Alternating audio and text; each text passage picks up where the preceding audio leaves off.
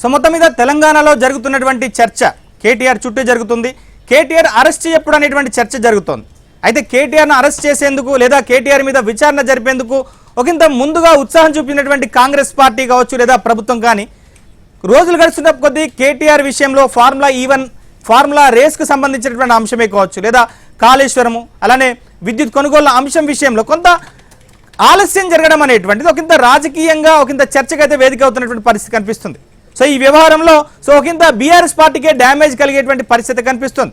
ఎందుకంటే ఈ ఆలస్యం అంతా కూడా ఓవైపు కాంగ్రెస్తో బీఆర్ఎస్ పార్టీ మ్యాచ్ ఫిక్సింగ్ చేసుకుంది కనుకనే ఈ విచారణల నుంచి బీఆర్ఎస్ పార్టీ బయటపడుతుంది అనేటువంటి విమర్శలు బీజేపీ పార్టీ చేస్తుంటే, సో మరోవైపు బీజేపీ పెద్దలను కేటీఆర్ ప్రసన్నం చేసుకోవడం వల్ల అక్కడ మ్యాచ్ ఫిక్సింగ్ జరగడం వల్లనే ఇక్కడ గవర్నర్ కేటీఆర్ విషయంలో ఫార్ములా ఈ రేస్కి సంబంధించిన విచారణ కోసం ప్రభుత్వానికి ఆదేశాలు ఇవ్వట్లేదు అనేటువంటి చర్చ అయితే జరుగుతోంది.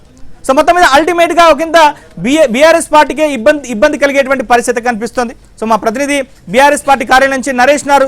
సో నరేష్, ఓవరాల్గా ఈ ఎపిసోడ్లో సో బీఆర్ఎస్ పార్టీకి సంబంధించినటువంటి నేతలు ఏం చెప్తున్నారు? గడిచిన ఒక వారం రోజులుగా కేటీఆర్ అరెస్ట్ అప్పుడో ఇప్పుడు అనేటువంటి చర్చ జరిగింది, కానీ కొన్ని రోజులుగా అటువంటి వాతావరణం అయితే లేదు.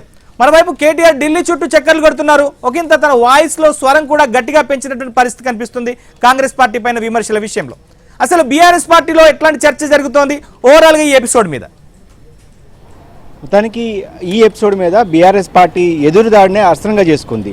ఇందులో భాగంగానే కాంగ్రెస్ పార్టీ ఎప్పుడైనా అంటే కాంగ్రెస్ పార్టీనే ఈ రాష్ట్రంలో అధికారంలో ఉంది కాబట్టి తప్పు చేస్తే ఖచ్చితంగా అరెస్ట్ చేసుకోవచ్చు, తాము జైలుకి వెళ్ళడానికి సిద్ధంగా ఉన్నామనేది పదే పదే కేటీఆర్ కావచ్చు బీఆర్ఎస్ ఇతర నాయకులు కావచ్చు పదే పదే చెప్తున్నారు. అంటే తద్వారా అరెస్ట్ అవ్వడానికి సిద్ధంగా ఉన్నాం, తద్వారా మళ్ళీ ప్రజల్లోకి వచ్చి తేల్చుకుంటామనేది బీఆర్ఎస్ పార్టీ చెప్పదలుచుకుంది. అందులో భాగంగానే వాళ్ళ క్యాడర్ కూడా కొంత ఏదైతే నిస్తేజం ఉందో ఆ క్యాడర్లో కూడా కొంత ఉత్సాహాన్ని నింపే ప్రయత్నం చేస్తారు. ఒకవేళ అరెస్ట్ అయితే ఏమవుతుంది, మళ్ళీ బయటకు వస్తాం, పాదయాత్ర చేసుకుంటామంటూ కూడా కేటీఆర్ వారం 10 రోజుల క్రితం చెప్పిన కామెంట్సే బీఆర్ఎస్ పార్టీలో చర్చనీయాంశం ఉంది. అయితే బీఆర్ఎస్ పార్టీలో ఒకటైతే ఖచ్చితంగా కనిపిస్తుంది, ఎట్టి పరిస్థితుల్లోనూ కాళేశ్వరం ప్రాజెక్ట్ కావచ్చు, విద్యుత్ కొనుగోలు అంశం కావచ్చు, ఓఆర్ఆర్ టెండర్ల విషయం కావచ్చు, ఫార్ములా ఈ రేసింగ్ కావచ్చు, ఈ కేసులన్నింటిలో తమకు ఎట్టి పరిస్థితుల్లోనూ కోర్టుల నుంచి కేసుల నుంచి తప్పించుకోలేము, అరెస్టులకు సిద్ధంగా ఉండాల్సిందే. కీలక నాయకులు కేటీఆర్ కావచ్చు, హరీష్ రావు కావచ్చు, ఇలాంటి కీలక నాయకుల చుట్టూ ఈ కేసులు తిరుగుతున్నాయి కాబట్టి తమకు భవిష్యత్తులో సమీప భవిష్యత్తులోనే ఇబ్బంది పొంచి ఉంది అనేది మాత్రం అటు లీడర్ కావచ్చు క్యాడర్ కావచ్చు బీజేపీలో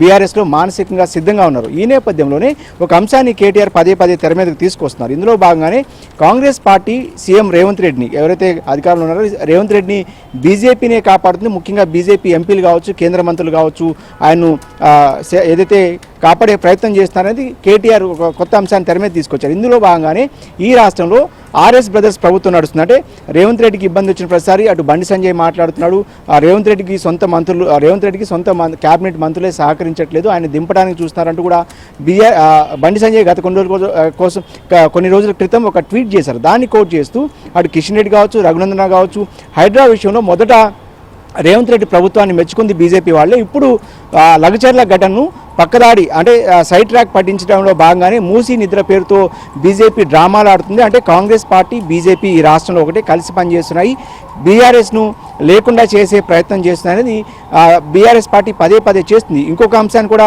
కేటీఆర్ పదే పదే కోట్ చేస్తున్నారు.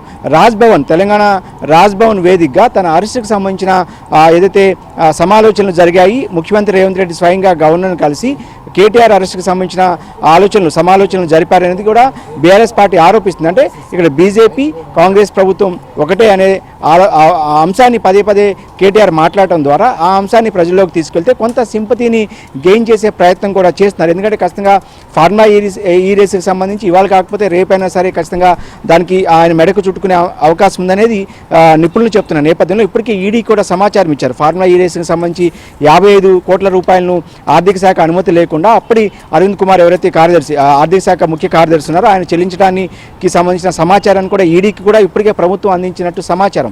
ఈ నేపథ్యంలోనే ఈ రోజు కాకపోతే రేపైనా ఆ కేసు ఖచ్చితంగా కేటీఆర్కు ఇబ్బందులు ఉన్నాయి కాబట్టి అందులో భాగంగానే ఎదురుదారి చేస్తున్నారని కూడా కేటీఆర్ చెప్తున్నారు. మరొక అంశం, రేవంత్ రెడ్డి బామ్మర్దికి అమృత్ టెండర్ల విషయంలో ఏదైతే అర్హత లేకపోయినా కూడా ఆయన కంపెనీకి సంబంధించి 1,000 కోట్ల రూపాయలు ప్రాజెక్టును అప్పచెప్పారు. ఇందులో భాగంగానే ఇది రేవంత్ రెడ్డికి బీజేపీకి అండర్స్టాండింగ్ ఉండబట్టే ఆయన బామ్మర్దికి ఈ ప్రాజెక్ట్ను ఆ బామ్మర్దికి సంబంధించిన కంపెనీకి ఆ ప్రాజెక్ట్ను అప్పచెప్పారనేది కేటీఆర్ చెప్తున్నారు. ఇదే అంశం మీద తాను ఢిల్లీకి వెళ్తే అక్కడ బీజేపీతో తానేదో కుమ్మక్కై కేసులు మాఫీ చేసుకునే ప్రయత్నం చేస్తున్న ఆరోపణలు అయితే బీఆర్ఎస్ పార్టీ తీవ్రంగా ఖండిస్తుంది, అదేవిధంగా తిప్పికొడుతుంది. సో ఇందులో భాగంగానే ఒక ఎదురుదాడిని ఎట్టి పరిస్థితుల్లోనూ ఒప్పుకోకూడదు, ఎదురుదాడి చేయాలనేది అంశం మీదే కేటీఆర్ ముందుకు వెళ్తారు. ఇందులో భాగంగానే ఫామ్ హౌస్ నుంచి కూడా కేసీఆర్ మాజీ ముఖ్యమంత్రి బీఆర్ఎస్ పార్టీ అధినేత కేసీఆర్ ఏదైతే ఆయన ఇస్తున్న రూట్ మ్యాప్ ప్రకారమే కేటీఆర్ నడుచుకుంటున్నారనేది కూడా ఒక చర్చ జరుగుతుంది. ఎందుకంటే ఎప్పటికప్పుడు అక్కడ సమాచారం అందజేస్తూ ఎలా ముందుకు వెళ్ళాలి. ఉదాహరణకి లగ్జర్ల అంశం చూసాం.